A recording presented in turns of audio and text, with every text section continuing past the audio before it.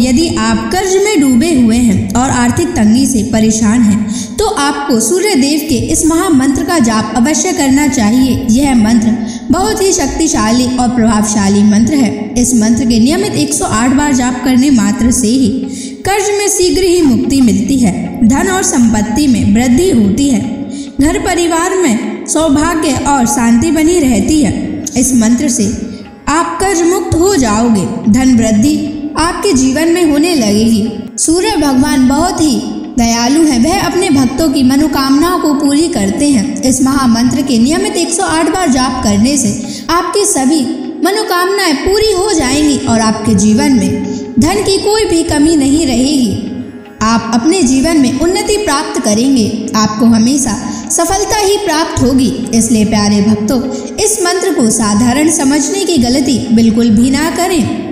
यह मंत्र बहुत ही प्रभावशाली मंत्र है। इस मंत्र का प्रभाव तुरंत ही दिखाई देने लगता है। अगर आप सच्ची श्रद्धा के साथ इस मंत्र का नियमित 108 बार जाप करेंगे तो आपका जीवन खुशियों से भर जाएगा और आपके जीवन में कभी भी धन की कमी नहीं आएगी। इसलिए प्यारे भक्तों, इस मंत्र का नियमित 108 बार जाप करें और पूरी श्रद्धा के साथ करें। अगर आप सूर्य देव का आशीर्वाद प्राप्त करना चाहते हैं तो इस वीडियो को लाइक और चैनल को सब्सक्राइब जरूर कर दीजिए और कमेंट बॉक्स में जय सूर्य देव अवश्य लिख दीजिए। तो चलिए भक्तों, मंत्र का जाप करना प्रारंभ करते हैं। ओम ह्रीं श्रीं सूर्याय सहस्त्र तेजसे महाधनप्रदायकाय नमः। ओम ह्रीं श्रीं सूर्याय सहस्त्र तेजसे महाधनप्रदायकाय नमः। ओम ह्रीं श्रीं सूर्याय सहस्त्र तेजसे महाधनप्रदायकाय नमः। ओम ह्रीं श्रीं सूर्याय सहस्त्र तेजसे महाधनप्रदायकाय नमः। ओम ह्रीं श्रीं सूर्याय सहस्त्र तेजसे महाधनप्रदायकाय नमः। ओम ह्रीं श्रीं सूर्याय सहस्त्र तेजसे महाधनप्रदायकाय नमः। ओम ह्रीं श्रीं सूर्याय सहस्त्र तेजसे महाधनप्रदायकाय नमः। ओम ह्रीं श्रीं सूर्याय सहस्त्र तेजसे महाधनप्रदायकाय नमः। ओम ह्रीं श्रीं सूर्याय सहस्त्र तेजसे महाधनप्रदायकाय नमः। ओम ह्रीं श्रीं सूर्याय सहस्त्र तेजसे महाधनप्रदायकाय नमः। ॐ ह्रीं श्रीं सूर्याय सहस्रतेजसे महाधनप्रदायकाय नमः। ॐ ह्रीं श्रीं सूर्याय सहस्रतेजसे महाधनप्रदायकाय नमः। ॐ ह्रीं श्रीं सूर्याय सहस्रतेजसे महाधनप्रदायकाय नमः। ॐ ह्रीं श्रीं सूर्याय सहस्रतेजसे महाधनप्रदायकाय नमः। ॐ ह्रीं श्रीं सूर्याय सहस्रतेजसे महाधनप्रदायकाय नमः। ॐ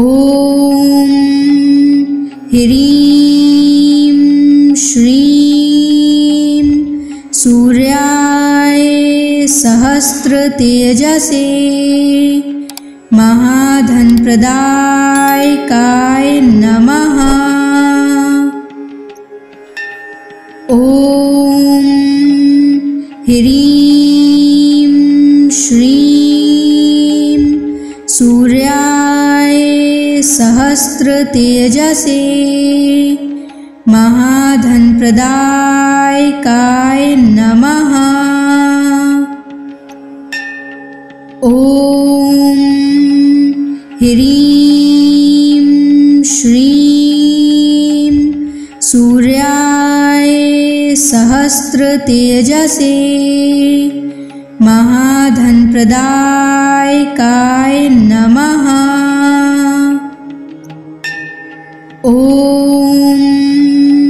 ह्रीं श्रीं सूर्याय सहस्रतेजसे महाधनप्रदायकाय नमः। ॐ ह्रीं श्रीं सूर्याय सहस्रतेजसे महाधनप्रदायकाय नमः।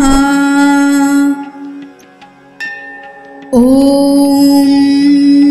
ह्रीं श्रीं सूर्याय सहस्रतेजसे महाधनप्रदायकाय नमः। ॐ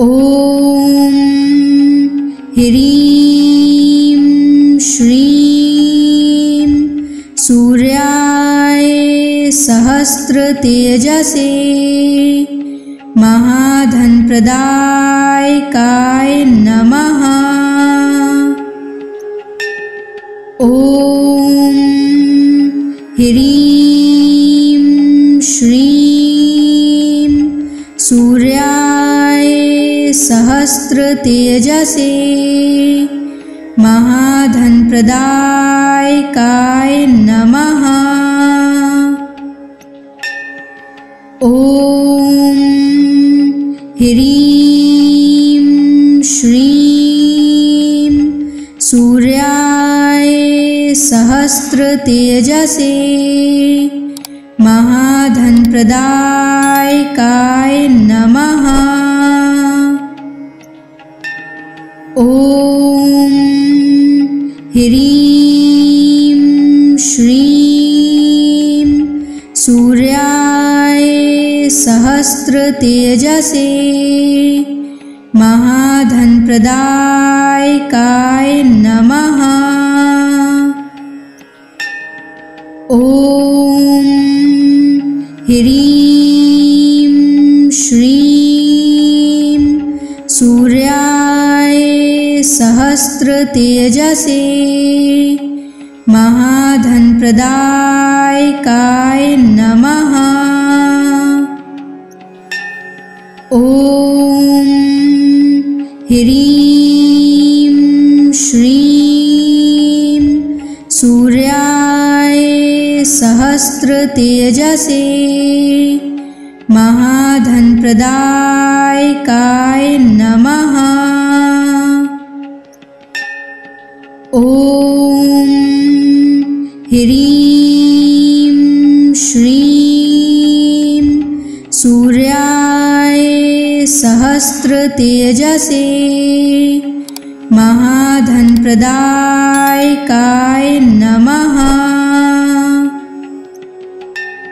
ॐ ह्रीं श्रीं सूर्याय सहस्रतेजसे महाधनप्रदायकाय नमः। ॐ ह्रीं श्रीं सूर्याय सहस्रतेजसे महाधनप्रदायकाय नमः। ॐ ह्रीं श्रीं सूर्याय सहस्रतेजसे महाधनप्रदायकाय नमः। ॐ ह्रीं श्रीं सूर्याय सहस्रतेजसे महाधनप्रदायकाय नमः। ॐ ह्रीं श्रीं सूर्याय सहस्रतेजसे महाधनप्रदायकाय नमः। ॐ ह्रीं श्रीं सूर्याय सहस्रतेजसे महाधनप्रदायकाय नमः। ॐ ह्रीं श्रीं सूर्याय सहस्रतेजसे महाधनप्रदायकाय नमः। ॐ ह्रीं श्रीं सूर्याय सहस्रतेजसे महाधनप्रदायकाय नमः। ॐ ह्रीं श्रीं सूर्याय सहस्रतेजसे महाधनप्रदायकाय नमः। ॐ ह्रीं श्रीं सूर्याय सहस्रतेजसे महाधनप्रदायकाय नमः। ॐ ह्रीं श्रीं सूर्याय सहस्रतेजसे महाधनप्रदायकाय नमः। ॐ ह्रीं श्रीं सूर्याय सहस्रतेजसे महाधनप्रदायकाय नमः। ॐ ह्रीं श्रीं सूर्याय सहस्रतेजसे महाधनप्रदायकाय नमः। ॐ ह्रीं श्रीं सूर्याय सहस्रतेजसे महाधनप्रदायकाय नमः। ॐ ह्रीं श्रीं सूर्याय सहस्रतेजसे महाधनप्रदायकाय नमः। ॐ ह्रीं श्रीं सूर्याय सहस्रतेजसे महाधनप्रदायकाय नमः। ॐ ह्रीं श्रीं सूर्याय सहस्रतेजसे महाधनप्रदायकाय नमः। ॐ ह्रीं श्रीं सूर्याय सहस्रतेजसे महाधनप्रदायकाय नमः। ॐ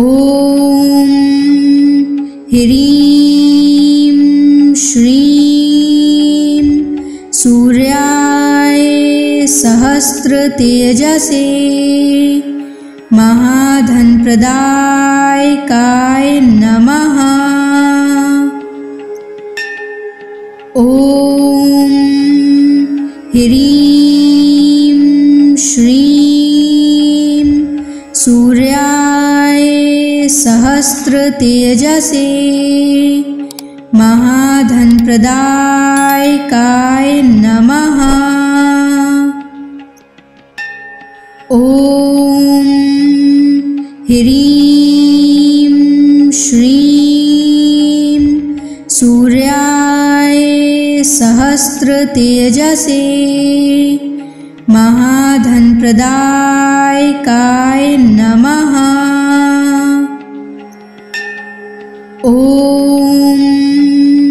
ह्रीं श्रीं सूर्याय सहस्रतेजसे महाधनप्रदायकाय नमः। ॐ ह्रीं श्रीं सूर्याय सहस्रतेजसे महाधनप्रदायकाय नमः। ॐ ह्रीं श्रीं सूर्याय सहस्रतेजसे महाधनप्रदायकाय नमः। ॐ ह्रीं श्रीं सूर्याय सहस्रतेजसे महाधनप्रदायकाय नमः।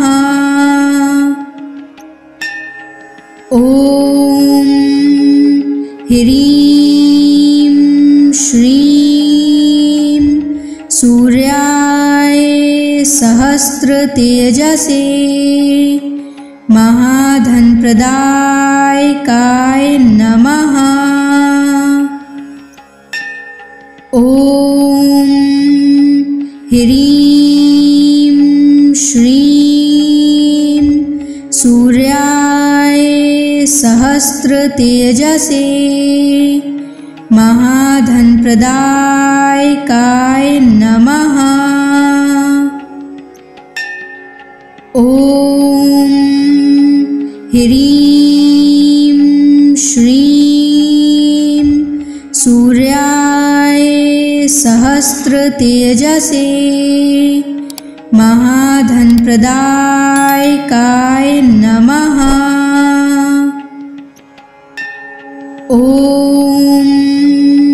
ह्रीं श्रीं सूर्याय सहस्रतेजसे महाधनप्रदायकाय नमः। ॐ ह्रीं श्रीं सूर्याय सहस्रतेजसे महाधनप्रदायकाय नमः। ॐ ह्रीं श्रीं सूर्याय सहस्रतेजसे महाधनप्रदायकाय नमः। ॐ ह्रीं श्रीं सूर्याय सहस्रतेजसे महाधनप्रदायकाय नमः। ॐ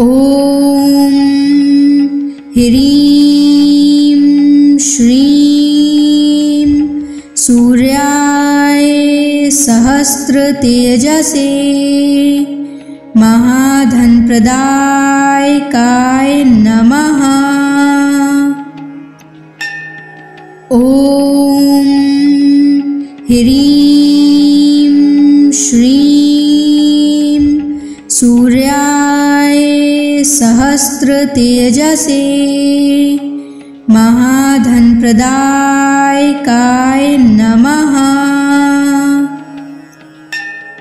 ॐ ह्रीं श्रीं सूर्याय सहस्रतेजसे महाधनप्रदायकाय नमः। ॐ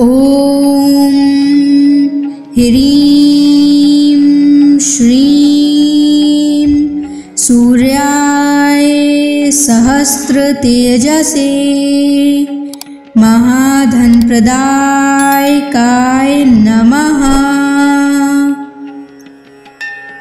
ॐ ह्रीं श्रीं सूर्याय सहस्रतेजसे महाधनप्रदायकाय नमः। ॐ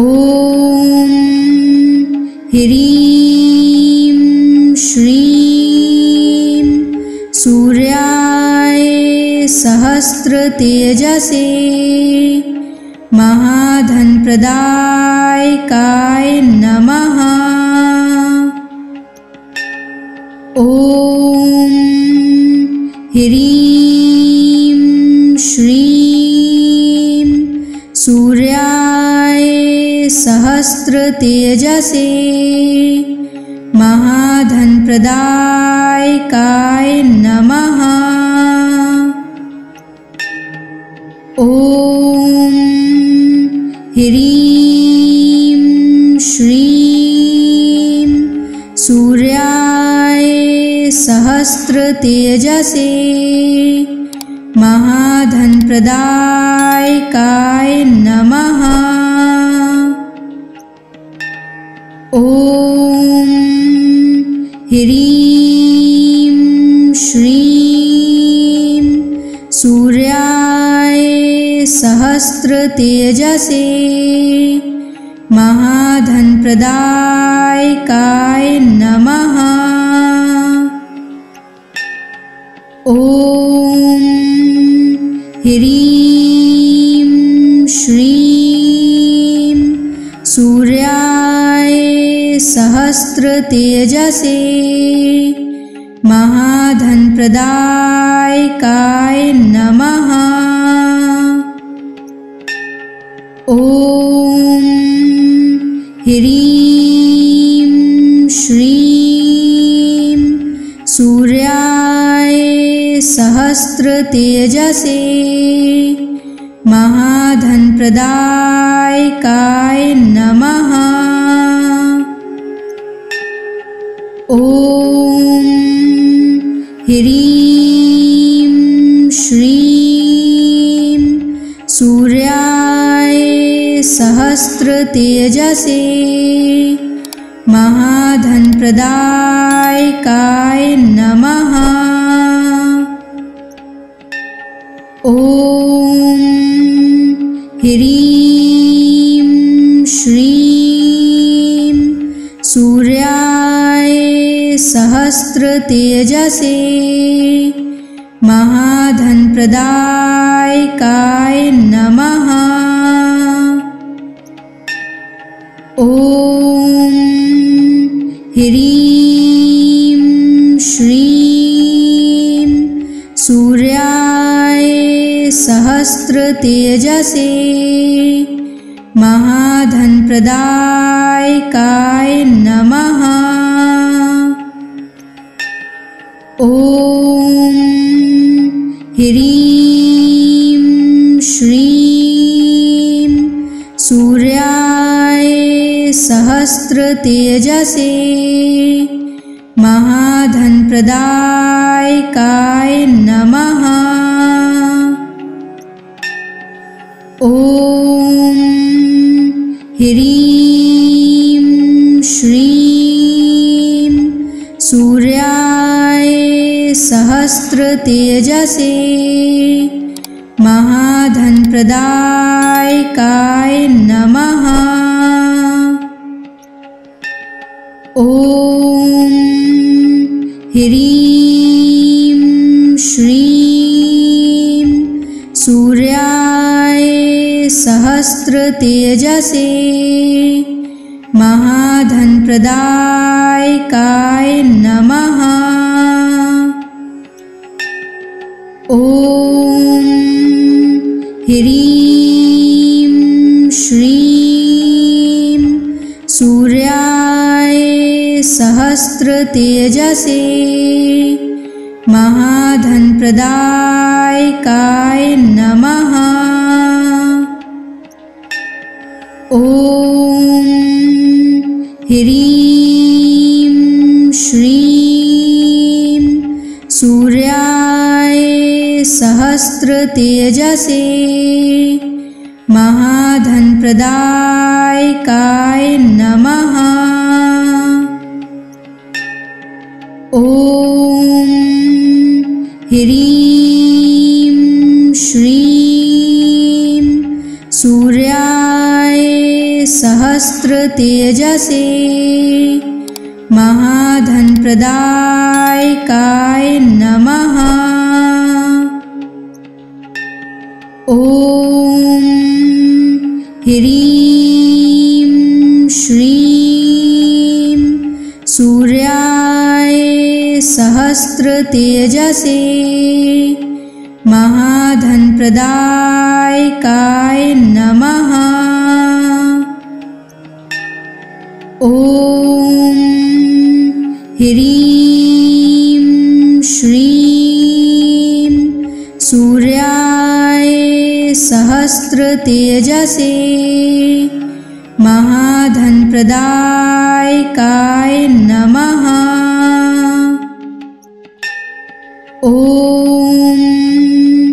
ह्रीं श्रीं सूर्याय सहस्रतेजसे महाधनप्रदायकाय नमः। ॐ ह्रीं श्रीं सूर्याय सहस्रतेजसे महाधनप्रदायकाय नमः। ॐ ह्रीं श्रीं सूर्याय सहस्रतेजसे महाधनप्रदायकाय नमः। ॐ ह्रीं श्रीं सूर्याय सहस्रतेजसे महाधनप्रदायकाय नमः। ॐ ह्रीं श्रीं सूर्याय सहस्रतेजसे महाधनप्रदायकाय नमः। ॐ ह्रीं श्रीं सूर्याय सहस्रतेजसे महाधनप्रदायकाय नमः। ॐ ह्रीं श्रीं सूर्याय सहस्रतेजसे महाधनप्रदायकाय नमः। ॐ ह्रीं श्रीं सूर्याय सहस्रतेजसे महाधनप्रदायकाय नमः। ॐ ह्रीं श्रीं सूर्याय सहस्रतेजसे महाधनप्रदायकाय नमः। ॐ ह्रीं श्रीं सूर्याय सहस्रतेजसे महाधनप्रदायकाय नमः। ॐ ह्रीं श्रीं सूर्याय सहस्रतेजसे महाधनप्रदायकाय नमः। ॐ ह्रीं श्रीं सूर्याय सहस्रतेजसे महाधनप्रदायकाय नमः। ॐ ह्रीं श्रीं सूर्याय सहस्रतेजसे महाधनप्रदायकाय नमः। ॐ ह्रीं श्रीं सूर्याय सहस्रतेजसे महाधनप्रदायकाय नमः। ॐ ह्रीं श्रीं सूर्याय सहस्रतेजसे सहस्रतेजसे महाधनप्रदायकाय नमः। ॐ ह्रीं श्रीं सूर्याय सहस्रतेजसे महाधनप्रदायकाय नमः। ॐ ह्रीं श्रीं सूर्याय सहस्रतेजसे महाधनप्रदायकाय नमः। ॐ ह्रीं श्रीं सूर्याय सहस्रतेजसे महाधनप्रदायकाय नमः। ॐ ह्रीं श्रीं सूर्याय सहस्रतेजसे महाधनप्रदायकाय नमः।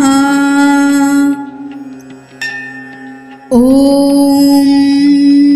ह्रीं श्रीं सूर्याय सहस्रतेजसे महाधनप्रदायकाय नमः।